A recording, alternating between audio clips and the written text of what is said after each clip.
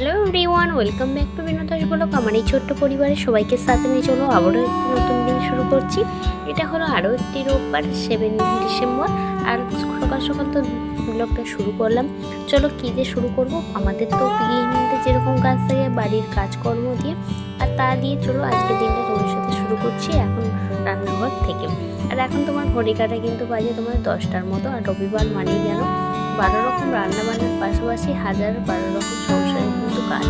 তাই তা দিয়েই ওই হাজার ব্যস্ততার মধ্যে দিয়ে রান্নাবান্নাটা ঘরে এলেও ওদিকে কখন ছোটোবেলার মধ্যে কখন যে সব কাজ টাইম টু টাইম ম্যানেজ করে উঠবো বা গুছিয়ে কাজগুলো করতে পারবো, সেটাও একটা কিন্তু মাথার মধ্যে কিন্তু আলাদাই বলতে পারো।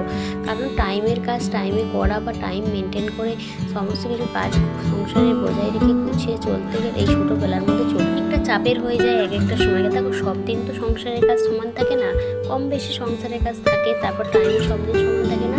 আর সেরকমভাবেই আর এদিকে চলে ওর সাথে কথা বলতে প্রথমে আজকে কড়াই শাক নিয়েছিল, যা বেগুন দিয়ে একটু রান্নাবান্না করলাম। আজকে পেঁয়াজ করে কিন্তু কড়াই শাক পেঁয়াজ করলে যে রান্নাবান্না করলে কিন্তু বেশ খেতে ভালো লাগে। আর কড়াই শাকটা আমি যখন বাড়িতে এসেছিলাম তখন রান্নাবান্না করে কড়াই শাক কাটতে পারতাম, রান্না করতে পারতাম কিন্তু কাটতে পারতাম না। কড়াই শাক বলতে একটু একদম গুঁড়ি গুঁড়ি করে কাটলে তখন ভালো লাগে, কিন্তু তখন ওইকে তাকে দেখে কাটতাম। আর যখন দেখলাম না কাউকে ডাকার থেকে নিজে ভুল করি, ভুল করতে করতে শিখবো, তাই নিজের চেষ্টাটা বজায় রেখে আর নিজের জেদটার জন্যেই আজকে কাজ শিখতে পেরেছি বলতে পারি এইটুকু অন্তত। কারণ আমি যখন এই ঘরে যখন বিয়ে করি তখন আমি কিছুই জানতাম না।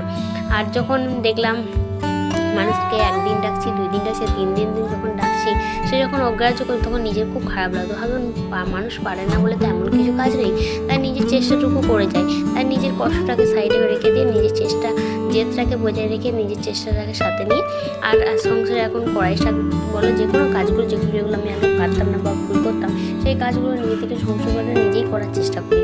হাজার ভুল গেল বলেও সেখানে তবুও বলে নিজেকে সান্ত্বনা দিতে পারি যে না, আমি নিজে থেকে জিনিসটা শিখতে পেরেছি। আর নিজে থেকে ঠকে যে কোনো জিনিস শিখতে যায় তার কিন্তু মর্মটাই আলাদা বলতে পারো।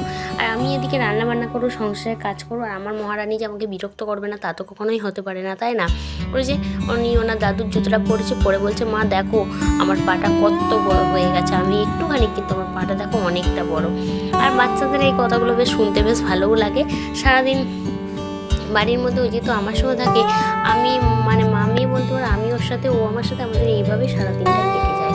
এদিকে মাংসটা বসে নিয়েছি, মাংসটার মধ্যে 2টো কষা মাংস মেয়ের জন্য তুলে রাখবো, কারণ আমরাও ছোটোবেলায় ঠিক এরকমই ছিল, একটু কষা মাংস করলে বাড়ি থেকে মায়ের কাছে বসতে হতো কখন মা একটু টুকরো কষা মাংস দেবে, তাই না?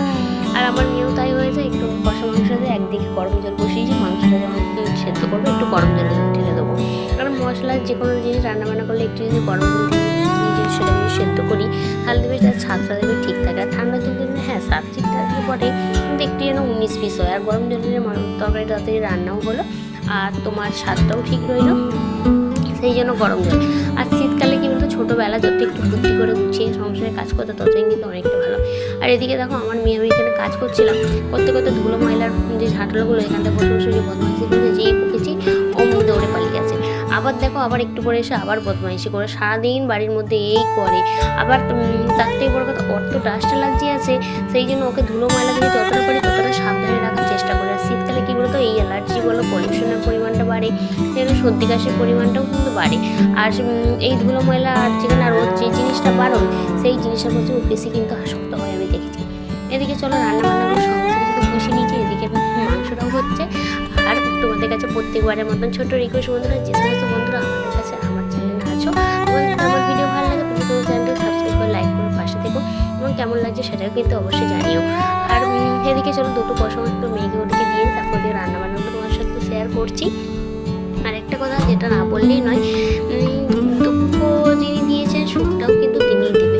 তাই সুখের আশা না করে দুঃখটা যখন ভগবান দিচ্ছে তখন সেটাকে পার করে তারপর নয় হাসি মুখে সব জিনিসটা মেনে নিই, তাই না?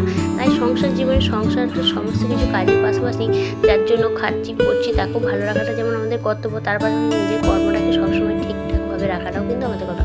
আমরা যদি আমাদের কর্মটাকে যদি ঠিকভাবে যদি এগিয়ে নিয়ে যাই বা ঠিকভাবে যদি আমরা আমাদের ওটাকে যদি বজায় রেখে বা ঠিকভাবে যদি সংসারে পালন করতে পারি, তাহলে দেবে ফলের আশা করাটা বেকার। ফল যিনি দেবার মানে তিনি ঠিক সঠিকভাবে বিচার করেই দেবে। আর আমি ঠাকুরে যেহেতু বিশ্বাসী, আমি এইটুকুনি কথা বলতে পারি যে ভগবান যা করে আমাদের ভালোর জন্যই করে, তাই না? তাই তিনি ভালো মন্দ সমস্ত কিছু বিচার বিবেচনা, যখন আমাদের ভাগ্যে যখন খারাপ পরিস্থিতি আসে, নিশ্চয়ই সেই সময়টা আমাদেরকে কিছু কিন্তু শিখিয়ে দেয়। সেটার মধ্যেও কিন্তু খারাপের মধ্যেও ভালো দিকটা আছে। যখন ভালো দিকটা থাকে, তাই ভালো দিকটার মধ্যেও কিন্তু খারাপ দিকটাও থাকে। তাই ভালো মন্দ সমস্ত কিছু বিচার বিবেচনা করেই তো ভগবান আমাদের কাছে সেই পরিস্থিতি দাঁড় করায়। তাই সমস্ত কিছু নিয়ে মানিয়ে নিয়ে গুছিয়ে নিয়ে করার নামে কিন্তু সংসারে আরেকটা জীবন বলতে পারো। আজ আমি যেরকমভাবে সংসারটাকে মানে পরিচালনা করবো, আমার এই যে ছোটো মেয়েটি আছে, এও কিন্তু আজ নয়তো কাল এও হয়তো কোনো বাড়ির একজন বউ হবে, বা কোনো বাড়ির মেয়ে, এখন আমার বাড়ির মেয়ে কোনো বাড়িতে ও হইতে যাবে, ও ঠিক আমার মতোভাবে কিন্তু আমাকে দেখেই শিখবে। তাই নিজের ছেলে মেয়েকে বললো, সন্তানকে বললো, সঠিকভাবে মানুষ করার জন্য আগে নিজেদের কাজকর্মগুলো কিন্তু সঠিক রাখাটা দরকার, তাই না? আজকের মতো এখানেই।